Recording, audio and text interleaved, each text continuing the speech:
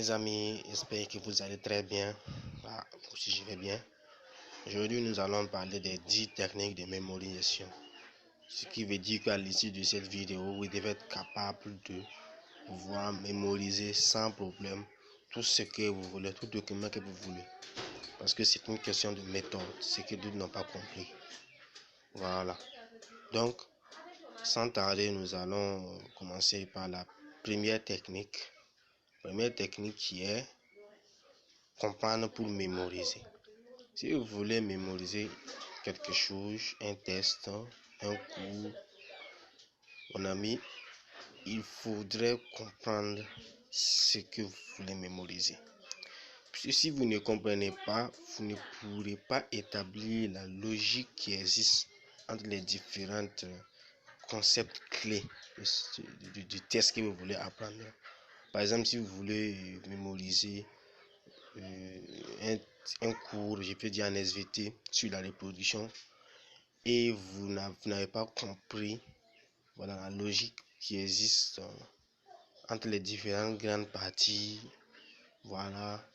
les concepts clés, et pouvoir expliquer à quelqu'un, ce n'est pas la peine de vous fatiguer. Donc, comprendre pour mémoriser, c'est la première clé de la mémorisation. Ensuite, approfondir sa compréhension. Quand on dit approfondir sa compréhension, cela veut dire que une fois avoir compris, peut-être cette compréhension elle est superficielle, donc vous devez chercher à l'approfondir. Approfondir, c'est faire des recherches, demander des explications à des amis, à des professeurs, et aller sur internet et approfondir, chercher le fond de ce que vous aviez. Voilà. En ce moment, tout serait plus clair et la mémorisation sera effective. Troisièmement, mémoriser de manière dynamique. Quand on dit mémoriser de manière dynamique, c'est développer quelques astuces et d'une manière active aussi. Certains, pour mémoriser, ils préfèrent être debout, parler à haute voix, lire à haute voix et en même temps mémoriser. D'autres préfèrent marcher en mémorisant, d'autres préfèrent s'asseoir et avec des écouteurs en écoutant une musique douce tout en mémorisant. Donc, à vous de déterminer votre manière de mémoriser. Et les conseils que je peux vous donner, c'est que il faut de temps en temps changer de méthode, de mémorisation. Par exemple, si vous aimez bosser à la maison, cherchez un jour, sortez, allez peut-être dans un établissement et sous les arbres et bosser. Vous allez voir, le changement de l'environnement aussi va favoriser votre boileau.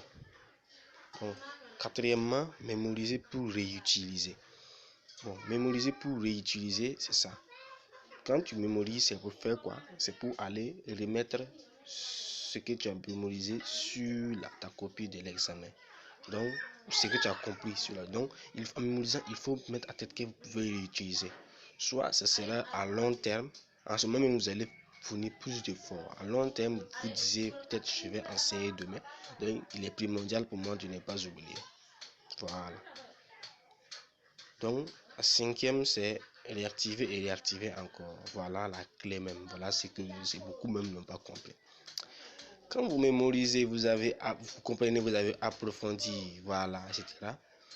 Tant que vous ne réactivez pas et réactivez, tant que vous ne révisez pas à plusieurs reprises, à des temps réguliers, ce n'est pas la peine de penser que ça va rester long terme. Donc, des études, on peut dire que minimum 3 fois quand vous répétez, quand vous réactivez, votre cours, ça reste à long terme.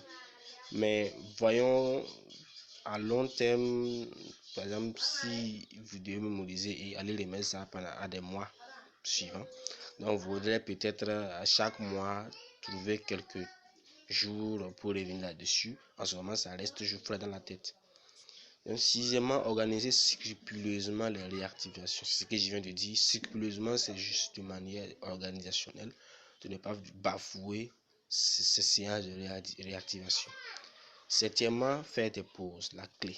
Les études ont montré que on est plus concentré 20 minutes Dans une heure, on n'est plus concentré 20 minutes.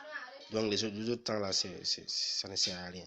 Donc vous bossez à fond pendant 20 minutes, vous faites une pause de 10 minutes, vous retournez encore 20 minutes et vous faites une pause de 10 minutes dans une heure. Ouais, très bénéfique. N'oubliez surtout pas de vous relaxer. Voilà, c'est primordial pendant. Voilà, éviter les interférences. Les interférences ici, ce sont les confusions ou les amalgames qui existent entre les différentes matières. Par exemple, les maths et les physiques, puis il y a une certaine similarité de formules que tu peux ici mélanger, que tu peux comprendre ça à travers. Et ceci, pendant peut-être une évaluation de maths, tu vas utiliser les formules de physique. Ceci est très dangereux. Donc pour éviter ça, il faut interphaser, il faut intercaler entre les matières scientifiques, une matière littéraire. Voilà. Troisièmement, être bien disposé pour mémoriser. Être bien disposé pour mémoriser, c'est dire être au top psychologique. Ne pas être frustré, ne pas être stressé, ne pas avoir de problèmes, ne pas avoir trop d'émotions. Bon, peut-être avoir une émotion c'est favorable, mais ne pas être perturbé physiquement ou mentalement. C'est primordial. Si vous êtes perturbé physiquement, s'il y a un problème dans la famille, ou bien vous êtes frustré, ou bien vous mettez le rendement sera très faible. Enfin, pour finir, les trucs et astuces. C'est comme son nom l'indique, il faut tout simplement créer des méthodes, des processus à toi-même, des procédés à toi-même. Il y a le procédé de mind mapping, c'est qu'on appelle le mind mapping là. Voilà, c'est une représentation d'une manière hiérarchique et organisationnelle des idées et concepts afin de mémoriser et de cerner la logique qui existe entre les différents concepts. Donc au centre, il y a un terme clé et autour duquel arborise les autres termes. Voilà. Donc si vous voulez faire des recherches, allez sur internet, tapez le mind mapping, vous allez découvrir ce que c'est. Ensuite, et pour mémoriser aussi, d'autres emploient les techniques mnémotechniques. Les mnémotechniques, c'est juste peut-être dans une phrase, vous pouvez essayer de réduire ça en sigles et retenir plus facilement. Et par exemple, notre cas, communauté de succès scolaire, nous avons réduit ça en CSC, donc facilement, c'est plus sénat. Voilà. Donc j'espère que vous avez bien compris. Et si vous n'avez pas bien